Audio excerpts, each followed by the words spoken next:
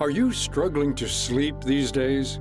So are millions of other Americans. Experts estimate that more than 70 million people in the U.S. don't get adequate sleep.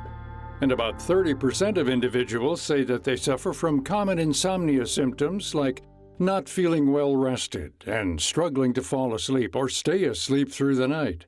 Many adults know this feeling all too well, those frustrating hours spent tossing and turning hoping you can get some shut-eye in order to not feel like a zombie come morning. In desperation, some people turn to sleep aid medications, relying on them for years. However, Aric Prather says that before turning to drugs, there are other small, incremental life changes that can make a big difference. Prather is a psychologist at the University of California, San Francisco. He's also the author of The Sleep Prescription: 7 Days to Unlocking Your Best Rest. He says that before filling out sleep aid prescription, try switching up how you view sleep. Some of this has been related to kind of pharmaceutical sleep aids and concerns about chronic use and what it might mean for brain health kind of in the future. And so it has become increasingly more challenging for patients to get those prescriptions, though certainly many still do. And, a lot of people use sleep aids, whether it's over the counter or by prescription.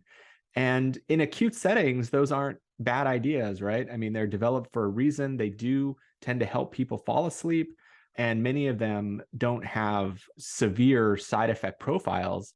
However, the challenge is that while they might not be physiologically addicting, they almost immediately become psychologically addicting. Instead of prescribing medicines, Prather has helped hundreds of patients improve their sleep through the use of cognitive behavioral therapy.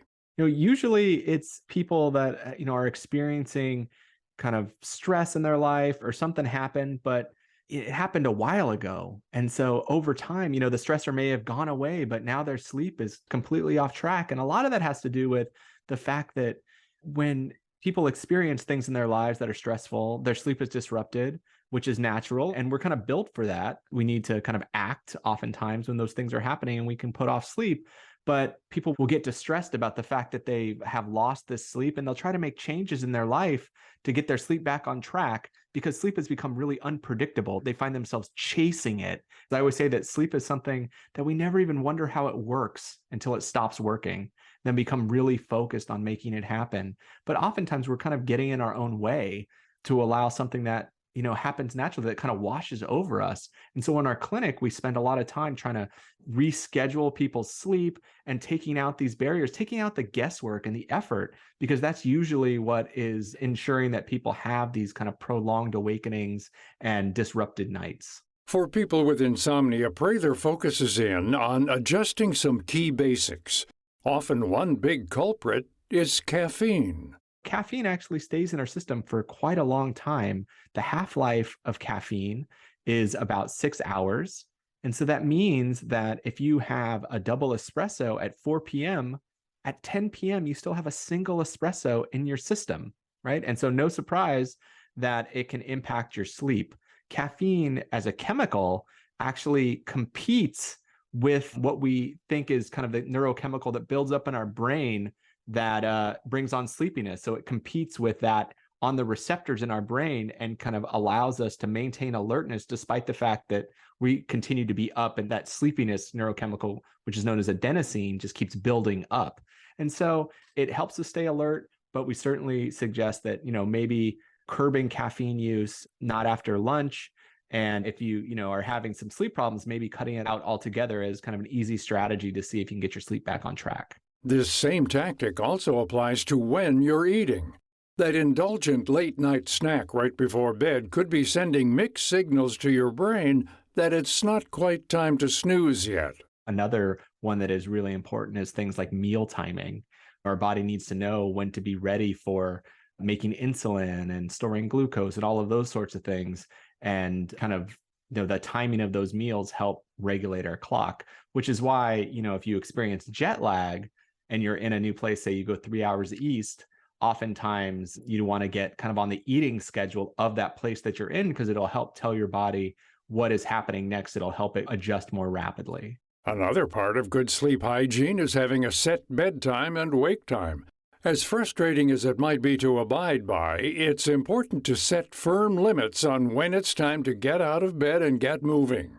We want people kind of to wake up the same time 7 days a week because that helps entrain our circadian rhythm that we talked about, as well as kind of setting in line your sleep drive to kind of build up across the day. And then we want to make sure that people aren't spending excess time in bed not sleeping.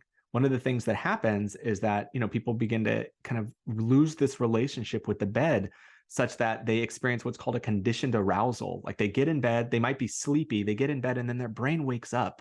And that's a really common experience that we hear from people with insomnia.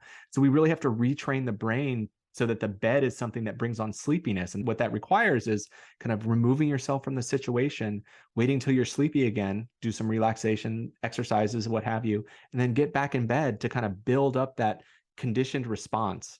Because the bed turns out to be like a really important trigger for bringing on sleepiness for people who don't have sleep problems. And we need to get back to that. However, Prather knows that this isn't a possibility for everyone. That's the general principle, that it's kind of a place for sleep and sex is what we say. But, we also have to kind of understand that not everybody has that luxury. So, I work in San Francisco and a lot of people live in studio apartments where their bed is their couch, is their table, is their office desk. And we have to kind of figure out how to meet people in the middle to try and do whatever adaptations we can to amp up that sleep experience. But I think in general, if it's possible, yeah, you want to protect that environment and kind of invest in that night of sleep, because it's certainly going to have a big return on investment the following day. If you live in a tight space, try to get out first thing in the morning, go for a walk, or grab a drink at a coffee shop. The main goal is to get out of bed and train your body to know that it's time to wake up and get going. But this can also be harder lately as much of the country shifts into the colder winter months where there's not as much morning sunlight. Also, what commonly happens around the change in the seasons is kind of an uptick in things like seasonal affective disorder and depression.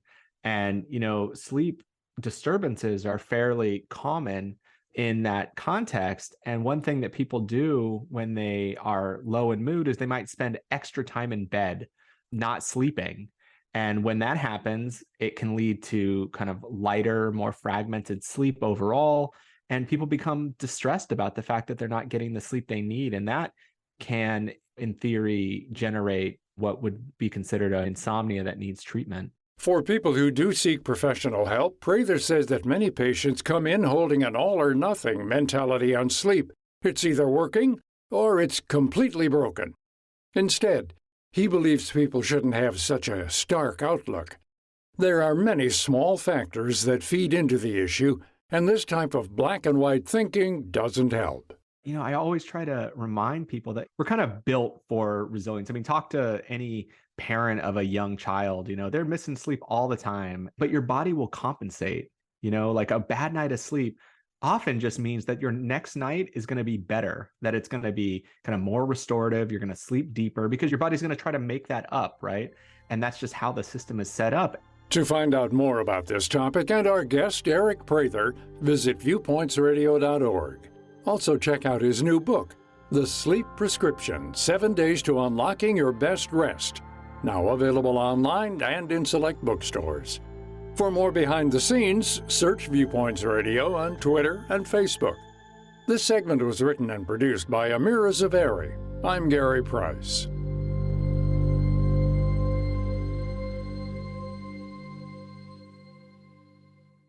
Coming up on Viewpoints. I think in general, parties feel, okay, if you've lost, you need to move on and we need to bring fresh blood in to run against the challenger on the other party. The 2024 presidential election is just around the corner. Then, there's fewer youth who actually engage with someone who's served in the military, and so they might not see it as an avenue of service. Understanding why our military is shrinking. I'm Marty Peterson. And I'm Gary Price. These stories in depth on your public affairs magazine, Viewpoints.